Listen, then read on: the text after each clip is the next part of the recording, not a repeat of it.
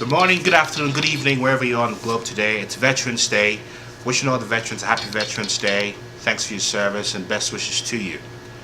Today I want to talk to you about pushing the boundaries. What do I mean by that? Essentially, pushing the boundaries of your reality is stepping out of your comfort zone.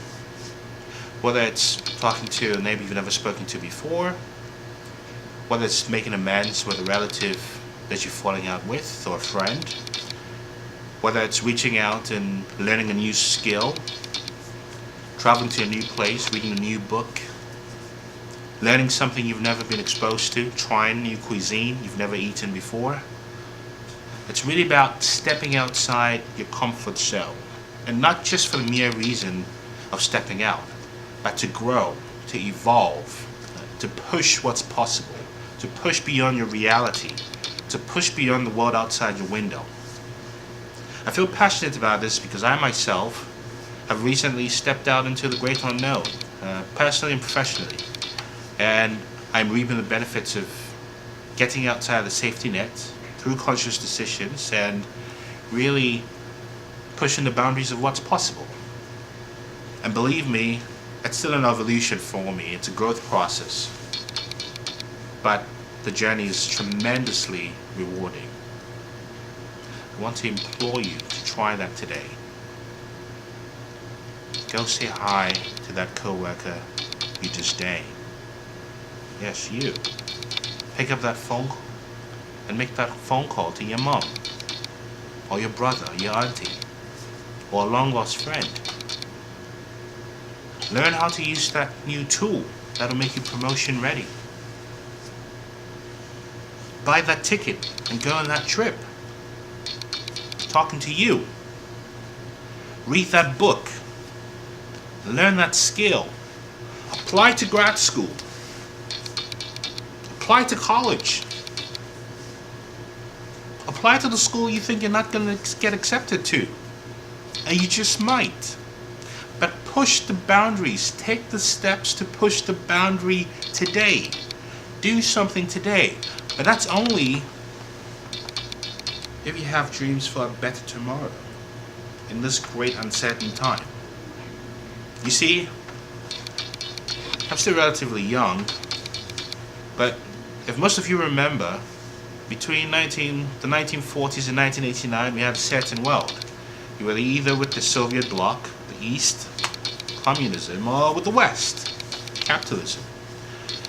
And all of that changed in 1989. Was still a certain world where all the communist countries after the fall of the Berlin Wall became capitalist. And most countries in Africa followed suit. Now after 2008, after the great economic collapse, what sort of political economy do we have? What is it?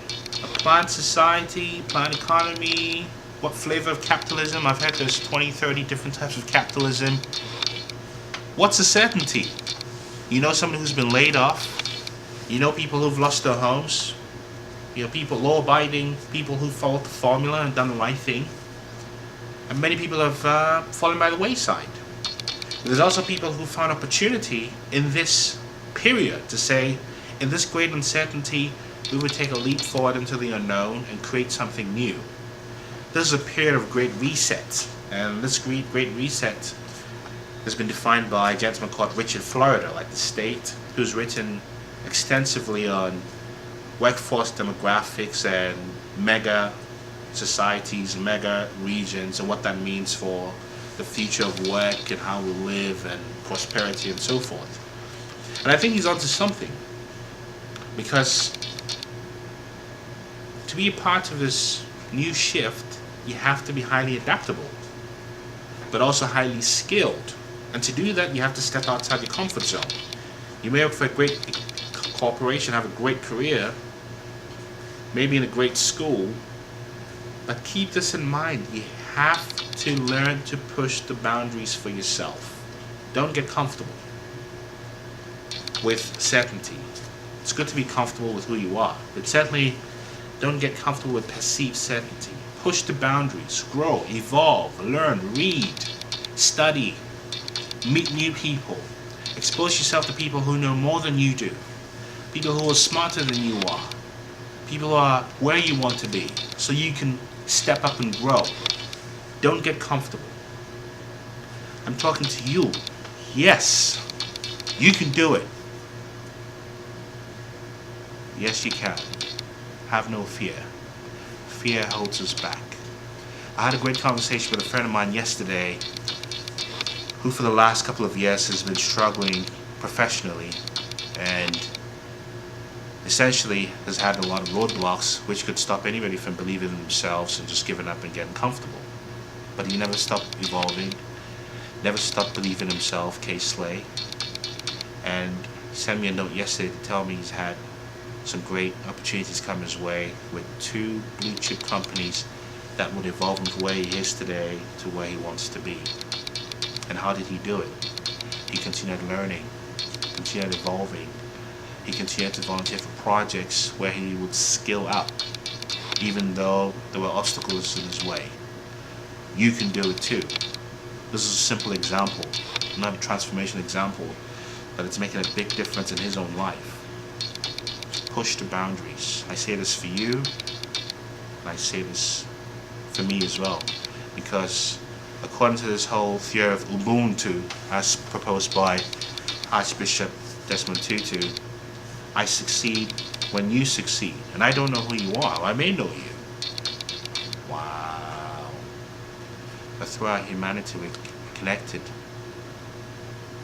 A final story I want to share with you. I watched Anthony Bourdain on CNN yesterday on his show, which is titled, it's essentially about exploring places in ways you've never seen before. And yesterday was focused on the city of Detroit. If you know anything about Detroit in recent times, in 2013, you know it's a decrepit city, it's a decayed city, a city that's experienced mass migration out because it's a bankrupt city and there's no hope for opportunities there. However, there's a creative class as defined by Florida, that are migrating there because property is cheap, rent is cheap, and you can get a really nice downtown loft for next to nothing. And these new migrants to Detroit, or people who lived in Detroit before and moved out, are beginning a sort of renaissance, a slow one, in Detroit. Sort of counterintuitive to what you would expect. For example, there's a chef who done tremendously well in New York, a Detroit native, and worked for Michelin star restaurants, but he's relocated to Detroit and started something new. And Bourdain asked him, why are you back here? He said, why not? This is home. There's great opportunity here. Don't be afraid to be counterintuitive. For example, as the old joke goes, when there's blood on the streets, buy real estate. In other words, you have to follow your own path, chart your own course, listen to yourself, expand your horizon, and push the boundary. And this is something I say to myself all the time, and I wish for you as well.